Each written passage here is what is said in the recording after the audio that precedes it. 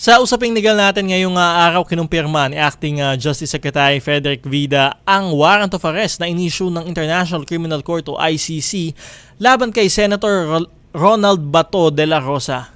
Nag-issue ang DOJ ng Immigration Lookout Bulletin laban kay Senator de la Rosa kung saan maaari siyang hulihin kung sakaling magtangkang umalis ng bansa ang senador. Sinasabing umalis sa Senado si De La Rosa noong madaling araw ng Huwebes matapos ang kaguluhan. Si De La Rosa ang hepe ng Philippine National Police o PNP mula 2016 hanggang 2018 na nagpatupad ng madugong war on drugs ni dating Pangulong Rodrigo Duterte. Kaya naman sa ating tanong sa bayan ngayong Sabado, May 16, 2026, dapat bang isuko ng Pilipinas si Senator Bato de la Rosa sa ICC? Ayan ulitin lamang natin dapat bang isuko ng Pilipinas si Senator Bato de la Rosa sa ICC? Mag-text sa inyong opinion sa 0917-626-1169, 0917-626-1169 o mag-comment sa ating live stream sa Usaping Legal Facebook page at sa Facebook page ng Radyo Pilipinas. Para pag-usapan ng usaping yan, makakausap natin ang international legal expert at head ng International Criminal Law Program ng UP Institute of International Legal Studies na si Professor Michael Chu Jr. Good morning, Professor Chu. Welcome back sa Usaping Legal. Kamusta po dyan sa Switzerland? Live po from Switzerland itong si Professor Chu. Good morning, sir. Good morning, Attorney Danny at sa lahat ng nakasubaybay sa programa. Eto, salamat ho sa pagpapaunlak sa ating programa. Professor Mike, no? Attorney Mike, ito ho ICC warrant nitong ni Senator Bato de la Rosa. Ito ang tanong ho ng bayan, dapat ho bang mag-pass ho muna sa local courts itong warrant ho na ito bago ho maisilbi dito kay Senator Bato de la Rosa? Hindi na, no? Although without prejudice sa kung ano yung sasabihin ng Supreme Court in the pending petition, pero in my view ay hindi na dapat dumaan sa local courts or hindi na dapat mag-issue ang local court ng warrant of arrest for the very simple reason that ang krimen or ang charge upon which the warrant of arrest from the ICC is based is in the Rome Statute. Ang krimen na charge laban sa kanya ay hindi base sa isang domestic penal statute na kung saan ang domestic local court ang maglilitis.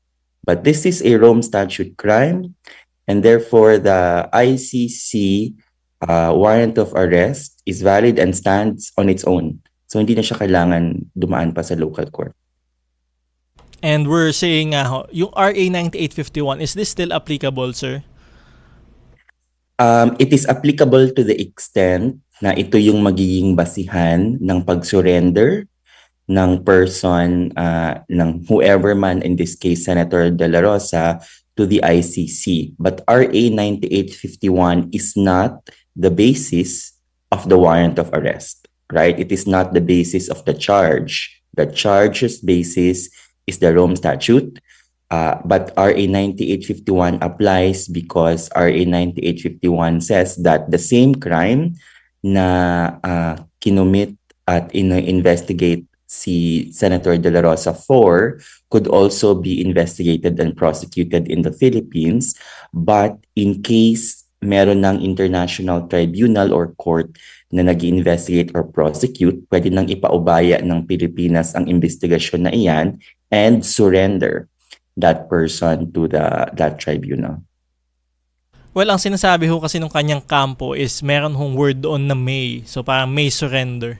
So hindi daw ho ito mandatory. Ano hong reaction niyo ho dito sa itong argument ho na ito? Yes, but any lawyer will know that may means you can, right? So you can or you cannot. You may or you may not. It's not shall means it's mandatory, so you have no choice. So in this case, may gives you a choice and the Philippines will exercise that choice if it decides to surrender. So pwede din walang pumipigil sa kanya na isurrender. Alright, Sir, malinaw ho yan. And yung kampo ho ni Senator Bato de la Rosa, meron ho silang mga motions, no? Pending motions before the Supreme Court at nag-request din ho sila ng temporary restraining order doon ho sa pag-aresto ho sa kanya. So, pwede ho bang gawin ho ito ng Korte Suprema, mag-issue ng TRO laban dito sa arrest na galing ho sa isang warrant of arrest ng isang international body? Right. So the Rome Statute says na yung warrant of arrest ng ICC ay hindi pwedeng i-review ng domestic court, no? Una-una kasi wala naman din siyang mandato to review the legality of that.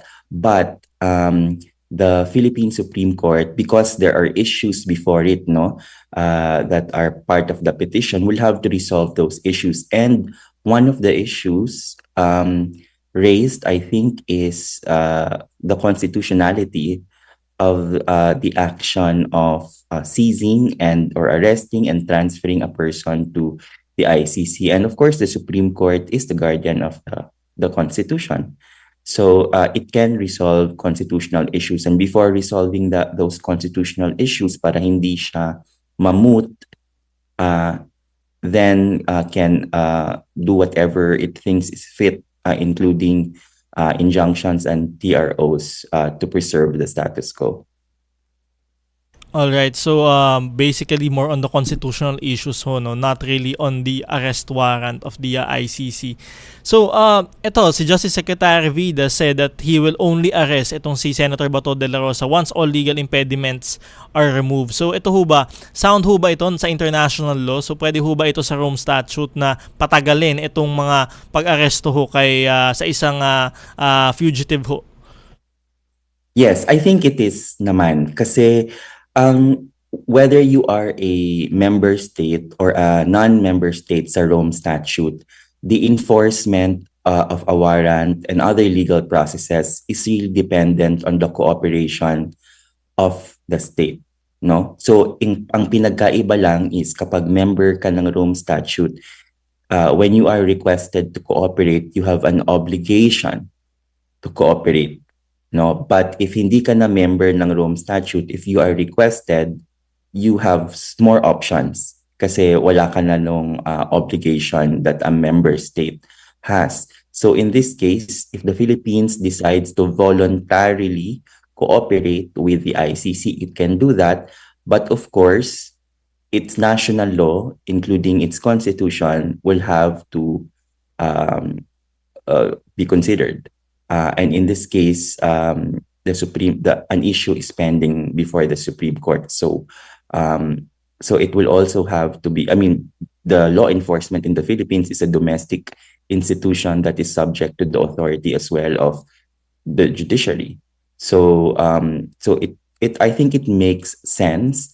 But I also want to say that at the moment, because there is no temporary restraining order issued, there is also nothing that prevents them from seizing and surrendering Senator De La Rosa to the ICC. So that's also a path that's open if they are able to find him. Alright, malinaw ho yan na totoo naman ho, wala hong in-issue na TRO, temporary restraining order, itong Korte Suprema para ho arestuhin, di ba? Si Senator Bato de la Rosa. So dapat wala ho talagang legal na balakid, no? Para ho siya ay arestuhin. Ito ho, Attorney Chu, no? Yung warrant ho ba niya, itong warrant ho na ito, may prescriptive period ho ba ito? Nagpe-prescribe ho ba ito? Kasi ho, maaring sabihin ho ng iba, edi magtago na lang siya ng magtago para ho, hindi ho siya talaga mahuli at maidala dito sa ICC. Nagpe-prescribe ho ba itong mga warrant of arrest na ito ng ICC? Hindi. In fact, one of the longer standing warrants, yung warrant against Al-Bashir, has been issued more than 5 years ago. And it's still live kasi nga hindi siya sinusurrender, hindi siya mahuli-huli. No? So hindi nagpe-prescribe ang warrant ng ICC. Alright, and then doon naman ho sa betting and aiding nga ho, no, meron ho mga tumulong ho na makatakas or makaalis sa Senado itong si Senator Bato de la Rosa nitong Huwebes na madaling araw. So kung sa Pilipinas may Philippine concept naman ho tayo ng obstruction of justice, etc. Pero dito ho sa Rome Statute, posible ho ba silang mapanagot kung tinutulungan ho nila ang isang criminal or fugitive from ICC na makatakas? Meron ho bang ganong counterpart provision dito sa ating Rome Statute? Yes, posible kang mag-build ng case for that. So ang aiding and abetting in this case ay not for kasi yung charge ni Senator Bato de la Rosa is crimes against humanity. So you cannot, yung aiding and abetting is not in relation to crimes against humanity, kasi hindi naman nila yun, hindi naman yun ang itunulungan nilang makomit. But there are what we call offenses against the administration of justice in the Rome Statute, and baka doon pumasok. Alright, malinaw ho yan. Maaari din silang mapanagot na dahil sa pagtulong dito kay Senator Bato de la Rosa na makatakas. Ito panghuli na lamang ho, Professor Chu, you were saying kanina, ang Pilipinas voluntarily nagko-cooperate ngayon sa ICC. So, ang iniisip ho nila kapag mas may friendly na administration ay hindi na ho maaring madala ho dito or hindi na ho maaring masurrender itong si Senator Bato de la Rosa dito ho sa ICC. So, ano ho yung thoughts nyo ho on this one? Ano ho sa tingin ninyo?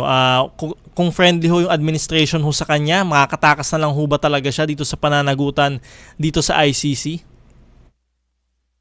It is entirely possible, kasi again, the enforcement of processes from actually any international institution, and in this particular case, the ICC is dependent on the cooperation of the state. So siya yung wala kasing police force, of course, ang ICC across the world. So ang nag-i-implement talaga niyan ay yung estado. So it will depend on the cooperation of the state. Now, can you go to court and perhaps compel? That's an option. Pero at the end of the day, yung practical enforcement depende pa rin sa executive. So there is a point to be made na kapag nga nag-iba at mas friendly kay Senator de la Rosa ay mas mahadlangan pa yung paglipat sa kanya. Alright, aabangan ho natin ito talagang developing story kung anong mangyayari kay Senator Bato de la Rosa. Maraming salamat ho sa inyong oras, Professor Michael Chu. Maraming salamat.